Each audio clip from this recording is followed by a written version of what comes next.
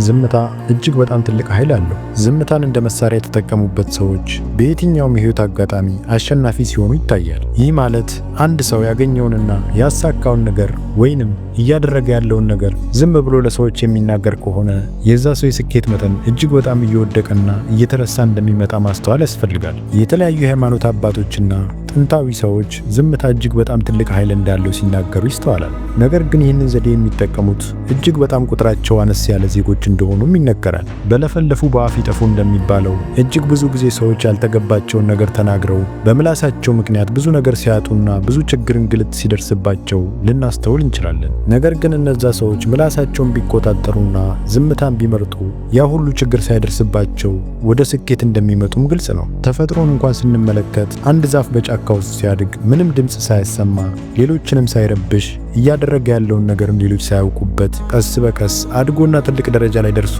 ለብዙ ሰዎች ጥላና ከለላ እንደሚሆነው ሁሉ እናንተም የምትሰሩትን ነገር ለማንም ትንፍሽ ሳትሉ በውስጣችሁ ደብቃችሁና ይዛችሁ ወደሚታይ ደረጃ ወይም እድገት ላይ ሲደርሱ ብቻ ሰዎች እንዲያዩት በማድረግ ብዙዎቹን ማስገረምና ማስደመም ትችላላችሁ። የሰው ልጅ በባህሪው ያሳካውን ነገርና ያገኘውን ነገር ሲናገር አይምሮ ረፍት እንደሚያገኝና ውስጡም በሐሴትና በደስታ እንደሚሞላ ይታወቃል። ነገር ግን ይህን ነገር ችላ ብሎ ያሳካውንና ያገኘውን ነገር ቢደብቅ በህይወቱ ብዙ ትሩፋቶችንና እድገቶችን እንደሚያገኝም ግልጽ ነው። ስኬታችሁንና ያገኛችሁትን ነገር ለሰዎች በተናገራችሁ ቁጥር አድናቆትን በፊት ለፊት ብታገኙ፣ ነገር ግን በጀርባውና በተዘዋዋሪው ጠላት እንደምታፈሩበትም ግልጽ ነው። ብዙ ሰዎች በሰዎች ለመገደላቸው፣ ለመጥፋታቸውና ተረስተው ለመቅረታቸው ትልቁ ምክንያት ያላቸውን ነገር በመናገራቸውና ሚስጥርን መደበቅ ባለመቻላቸው መሆኑን መዘንጋት የለባችሁም። አለመታደል ሆኖ ማህበረሰባችን ስኬት የከዳቸውንና የወደቁ ሰዎችን መስማት ብቻ እንደሚያስደስተው ማወቅ አለብን። ነገር ግን የተሳካለትና ትልቅ ደረጃ ላይ ደረሰን ሰውን ሲያገኙ ይህ ግለሰብ ሀብት ንብረትን ያፈራው በተለያየ ነገርና አልባሌ ነገር በመስራት ህሊናውን ሽጦ ነው በማለት ሲናገሩ ይስተዋላል። ታዲያ የዚህ ሁሉ መንስኤ ምን ይመስላችኋል? በፍጹም አትጠራጠሩ። የዚህ ሁሉ መንስኤ የቅናትና የጠላትነት መንፈስ እንደሆነም መገንዘብ አለብን። ዝም ማለት ራሳችሁን እንድታዳምጡና ከራሳችሁ ጋር ጥሩ ጊዜ እንድታሳልፉ የሚረዳችሁ ትልቅ መሳሪያ ነው። ዝምታ ውስጥ ሰላም አለ። ዝምታ ውስጥ ኃይል አለ።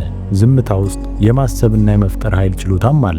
እናንተ ዝም ስትሉ አይምሮአችሁ በራሱ መናገር ይጀምራል። የመፍጠር ችሎታችሁና ነገሮችን የማከናወን ችሎታችሁን በዛው ልክ እያደገና እየተመነደገ ይሄዳል። ብዙ ከማውራት ማዳመጥን ተማሩ። ማዳመጥ ማለት የዚህ ትልቁ ምክንያቱ ለሰው ልጅ ሁለት ጆሮና አንድ ምላስ የተሰጠው በምክንያት መሆኑን መዘንጋት የለባችሁ።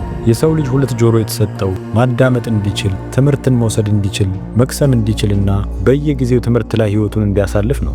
ብዙ በተናገርን ቁጥርና ብዙ ባወራን ቁጥር ግን አላዋቂነታችን በሰዎች ዘንድ እየተገለጠና እየታየ ይመጣል። ብዙ አላዋቂ ሰዎች ብዙ ሲናገሩ ይደመጣል። መናገራቸው ክፋት ባይኖረውም መናገር ያለባችሁ ቦታና የሌለባችሁን ቦታ ለይታችሁ በቅጡ ማወቅ አለባችሁ። መናገር ባለባችሁ ሰዓት ቦታውና ጊዜው መርጣችሁ ማውራት አለባችሁ። ነገር ግን ሰፊው የህይወታችሁ ክፍል በማዳመጥ ላይ የተመረኮዘ መሆን አለበት። በዓለም ላይ እጅግ በጣም ታዋቂነትንና ስኬትን የተቀዳጀው ፈላስፋው ሶቅራጥስ አንድ ጊዜ በመጽሐፉ ላይ ሲናገር እኔም ማውቀው አለማወቄን ነው ብሎ ነበር።